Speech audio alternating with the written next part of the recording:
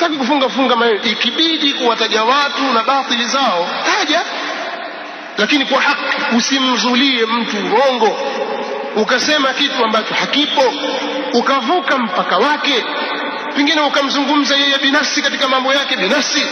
Fulani ana kitu fulani, kwanza fulani. Usifanye hivyo, ukamzungumza fulani kama fulani. Si sawa, si katika msingi sawa sawa. Huu utakuwa ni ubinafsi sasa, kuingilia mambo ya binafsi.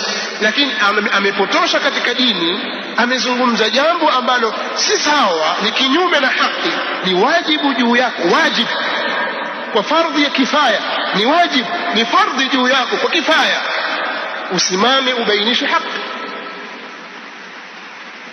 Huu ni msingi madhubuti katika misingi ya ahli sunnah wal jamaa. Lakini yale mambo ya kunyamaza na kufunika mambo, inafika wakati watu wanaona kwamba ile batili kuwa ni haki.